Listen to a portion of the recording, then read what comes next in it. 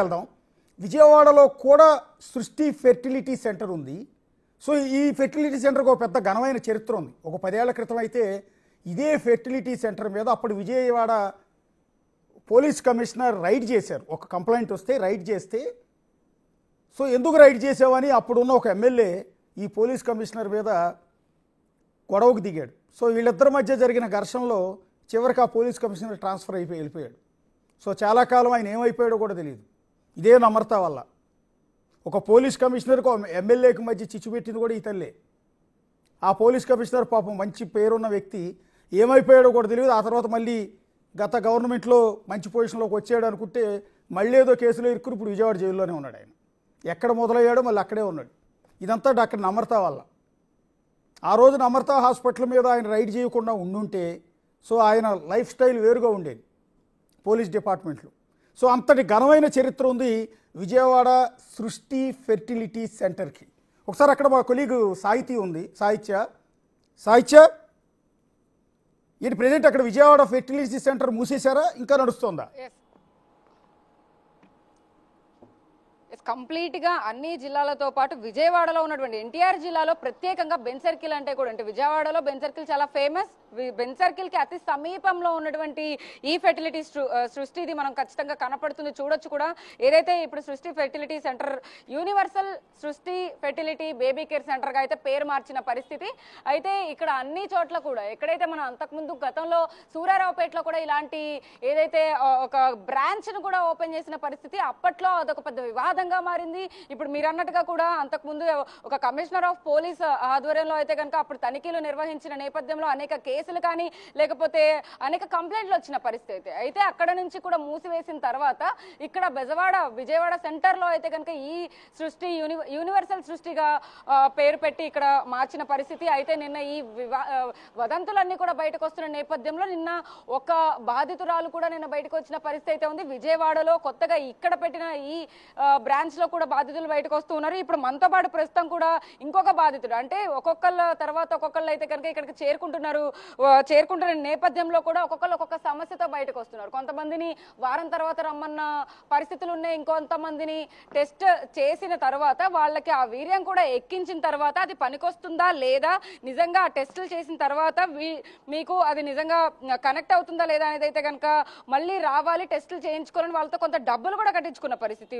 ఒక ఆవిడైతే నిన్న ఖచ్చితంగా 50,000 కట్టి నిన్న వచ్చి భయపడి, అంటే బిగ్ టీవీలో వచ్చిన ప్రసారాలు కానీ లేకపోతే ఈ సృష్టికి సంబంధించిన అనేకమైన మోసాలన్నీ కూడా గమనించి టీవీల్లో చూసి నిన్న వచ్చిన పరిస్థితి. ఇప్పుడు ఇంకొక వ్యక్తి కూడా ఇక్కడికి వచ్చున్నారు. వాళ్ళ అమ్మాయికి ఈ సరోగసికి సంబంధించి కానీ లేకపోతే ఏదో ప్రాబ్లం ఉండి ఇక్కడికి వచ్చినట్టుగా కూడా అర్థం అవుతా ఉంది. ఏమైందండి అసలు మీ అమ్మాయిని ఎప్పుడు తీసుకొచ్చారు, ఎంత డబ్బులు కట్టారు, ఏం జరిగింది?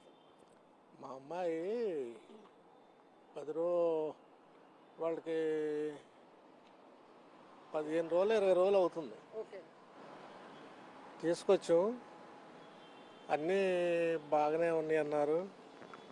మొత్తం అంతా లైన్గానే ఉంది, మీరు ఫోన్పే చేయండి డబ్బులు అని ఫోన్పే చేయించుకున్నారు. ఫోన్పే చేయించుకున్న తర్వాత పలానా రోజు రండి అన్నారు.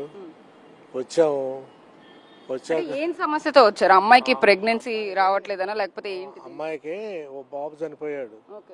చనిపోతే మళ్ళీ బాబు కావాలా ఒక్కడే అని వచ్చాము.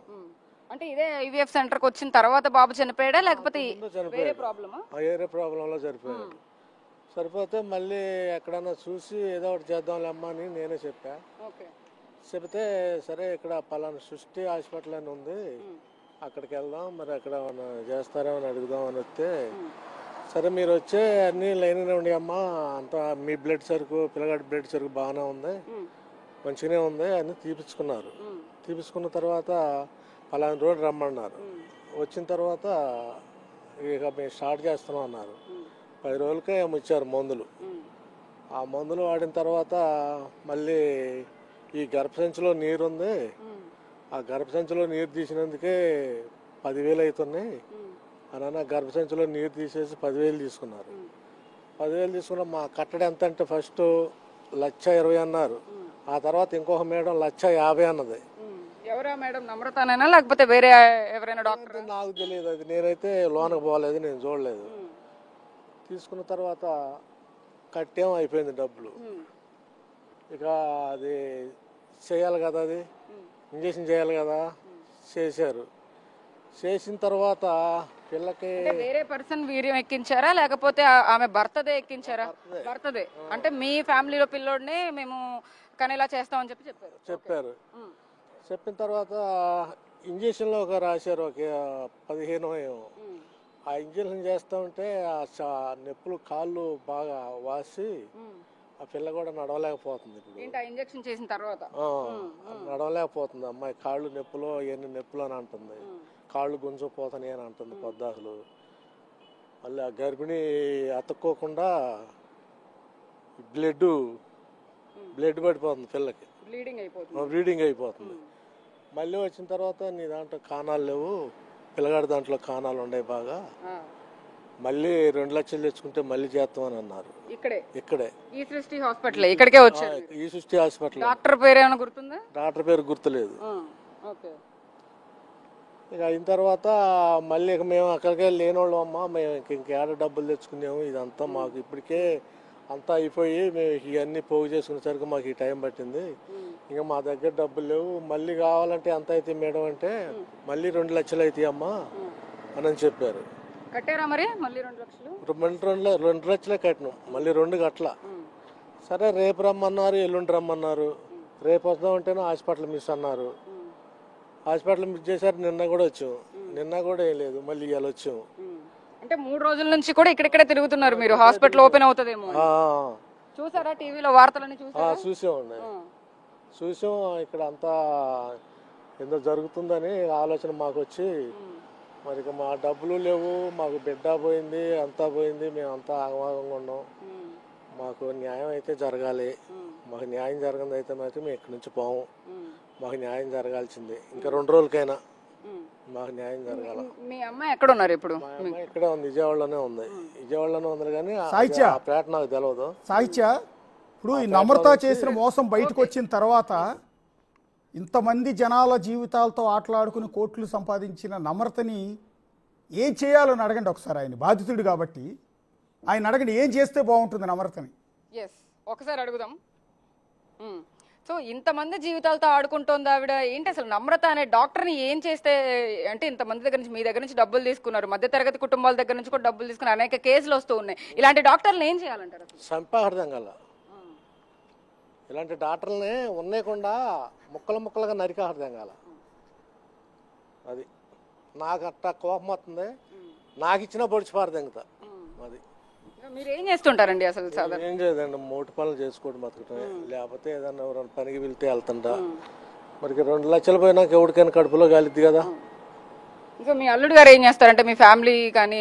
అల్లుడు గారు కూడా ఎట్నే వాచ్మెన్ పని కానీ ఏదో ఒకటి చేసుకుంటాడు. ఇక ఆయనకి జాబులు గీబులు ఏం లేవు, మా అమ్మాయికి కూడా జాబులు ఏం లేవు, మా అమ్మాయి కూడా కూలి పనే. ఎన్నో కష్టాలు పడితే గానీ మీకు ఈ డబ్బులు సంపాదించుకుని బాబు కోసం, ఇలా ప్రెగ్నెన్సీ కోసం ఇలా డబ్బులు ఖర్చు పెట్టారు. అవును, అంతే.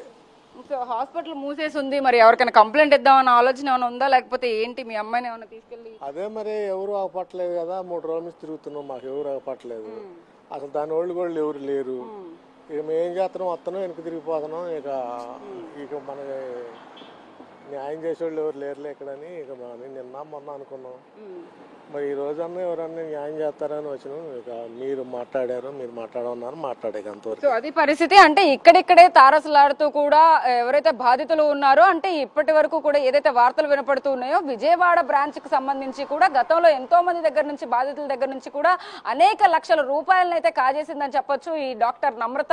డాక్టర్ నమ్రత అనే దగ్గరుండి అందరికీ కూడా పేషెంట్లకి ఆ హెల్త్ టిప్స్ ఇవ్వడం కానీ, బయటకి చూడడానికి మాత్రం యూనివర్సల్ ఉమెన్ కేర్ అని కనపడుతుంది. బట్ కానీ బయటకి సృష్టి ఫెర్టిలిటీ హెల్త్ కేర్ సెంటర్ గా అయితే కనుక ఇది అందరికీ తెలుసు. చాలా మంది కూడా ఇక్కడికి వస్తూ ఉంటారు. ఆయనే స్వయంగా చెప్తూ ఉన్నారు, ఆయన డబ్బులు ఖర్చు పెట్టింది కానీ ఎంత కష్టపడ్డారు, ఎంత కష్టపడితే ఒక మిడిల్ క్లాస్ ఫ్యామిలీకి ఆ డబ్బులు వస్తాయి అనేది కూడా ఆయన చాలా ఆవేదనతో చంపేయాలి ఆవిడ్ని అంటూ కూడా మాట్లాడుతున్న పరిస్థితి అయితే ఉంది. చిన్న పిల్లల్ని ఖచ్చితంగా కనాలంటే కూడా, అంటే పిల్లల్ని కనడానికి ఎంతో అదృష్టం ఉండాలని ఫీల్ అవుతూ ఉంటారు. ఆ అదృష్టాన్ని ఒక డాక్టర్ కల్పించేటప్పుడు ఖచ్చితంగా డాక్టర్ అనే వాళ్ళు వాళ్ళకి సహాయపడుతూ కూడా దానికి తగినటువంటి అన్ని హెల్త్ టిప్స్ కానీ దానికి సంబంధించినవన్నీ కూడా దగ్గరుండి చూసుకోవాల్సింది పోయి దాంట్లోనే అవకతవకలు చేసి వాళ్ళకి ఆరోగ్యరీత్యా కానీ లేకపోతే ఇటువైపు పిల్లల్ని సృష్టించే భాగంగా అయితే ఖచ్చితంగా ఇలాంటివన్నీ కూడా చర్యలు తీసుకోవాలి అంటూ కూడా బాధితులు చెప్తున్న పరిస్థితి అయితే ఉంది. ప్రస్తుతం బయట కూడా మనం ఒకసారి చూస్తే ఇక్కడ బోర్డు కూడా లేదు. బోర్డు నిన్న కంప్లీట్ గా తీసేసిన పరిస్థితి. లోపల మాత్రం కనపడడానికి సృష్టి అని అన్ని అద్దాల మీద అయితే కనుక మనకి చాలా బహిరంగంగా కనపడుతుంది. వాళ్ళు మాత్రం మేము రిజిస్టర్ చేసుకుంది యూనివర్సల్ హెల్త్ కేర్ అని ఒకటే చేసుకున్నాము, సృష్టి అనేది మా పేరు కాదు అంటూ కూడా నిన్న ఎవరైతే ఎంప్లాయ్ ఇక్కడికి వచ్చినారో ఆయన కూడా చెప్తూ ఉన్నారు. అదే విధంగా ఇక్కడికి ఎవరైతే ఎంప్లాయీస్ వస్తుంటారో వాళ్ళందరూ కూడా ఏ రోజైతే నమ్రత అరెస్ట్ అయిందో అప్పటి నుంచే మొత్తం అంతా ఖాళీ చేసేసి తాళాలేసి వెళ్ళిపోయిన పరిస్థితి. శని ఆదివారం సెలవు అనుకోవచ్చు, బట్ కానీ నిన్న కూడా ఎవరు రాలేదు. నిన్న డిఎంహెచ్ఓ సుహాసిని ఇక్కడికి వచ్చిన తర్వాత తనిఖీల నేపథ్యంలో అయితే కనుక కొంతమంది ఇక్కడికి వచ్చిన పరిస్థితి అయితే ఉంది. 2-3 వచ్చారు. వాచ్మెన్ ఎప్పటికప్పుడు ఇక్కడ పరిశీలిస్తూనే ఉన్నాడు. ఎవరైనా వస్తుంటే బాధితులు రేపు రండి అని చెప్తున్న పరిస్థితి అయితే ఉంది. ఇక్కడికే చాలా మంది కూడా బాధితులు వస్తున్నారు. ఇప్పుడు ఇవాళ ఒక ఆయన వచ్చారు, నిన్న కూడా ఇంకొక లేడీ వచ్చిన పరిస్థితి అయితే ఉంది. వీళ్ళందరూ కూడా ఖచ్చితంగా ఒకటే కోరుకుంటున్నారు, వాళ్ళకైతే న్యాయం జరగాలి అని కోరుకున్న పరిస్థితి అయితే ఉంది. ఇక్కడ ఉన్న వాళ్ళు ఎవరైనా ఖచ్చితంగా కంప్లైంట్ గురించి థ్యాంక్ యూ సాహిత్య. సో ఇలాంటి బాధితులంతా కూడా తెర మీదకి వస్తూ ఉన్నారు. సో ఇక్కడ 3 అంశాలు. ఒకటి, మోసం చేసి తల్లిదండ్రుల సెంటిమెంట్తో ఆడుకుని వేరొకరి బిడ్డలను తీసుకొచ్చి వీళ్ళకి అప్పగించటం. రెండోది, అలా ఇచ్చిన బిడ్డల్ని ఇప్పుడు అనాథలుగా మార్చటం. ఇక అన్నిటికంటే ప్రమాదకరమైంది ఏంటో తెలుసా? హైదరాబాదులో ఈ మహాతల్లికి సంబంధించిన ఒక స్పెర్మ్ కౌంటర్ ఉంది, స్పెర్మ్ కలెక్షన్ కౌంటర్ ఉంది. దరిద్రం ఏంటంటే చెప్పటానికి కూడా సిగ్గుగా ఉంది. బిచ్చగాళ్ళని తీసుకొచ్చి వాళ్ళకి 2,000 రూపాయలు 3,000 రూపాయలు ఇచ్చి వాళ్ళకి బ్లూ ఫిల్ములు చూపించి వాళ్ళ దగ్గర నుంచి స్పెర్మ్ కలెక్ట్ చేసింది. సికింద్రాబాద్లో బాగా పాపులర్ బ్లూసీ టీ సెంటర్ తెలుసు కదా అందరికీ. బ్లూసీలో టీ తాగిన వాళ్ళు అంటూ ఉండరు ఆ ఏరియాకి వెళ్ళిన వాళ్ళు. అక్కడ టీ తాగటానికి వచ్చిన వాళ్ళని కింద టీ తాగిచ్చి పైకి తీసుకెళ్ళి వాళ్ళ దగ్గర నుంచి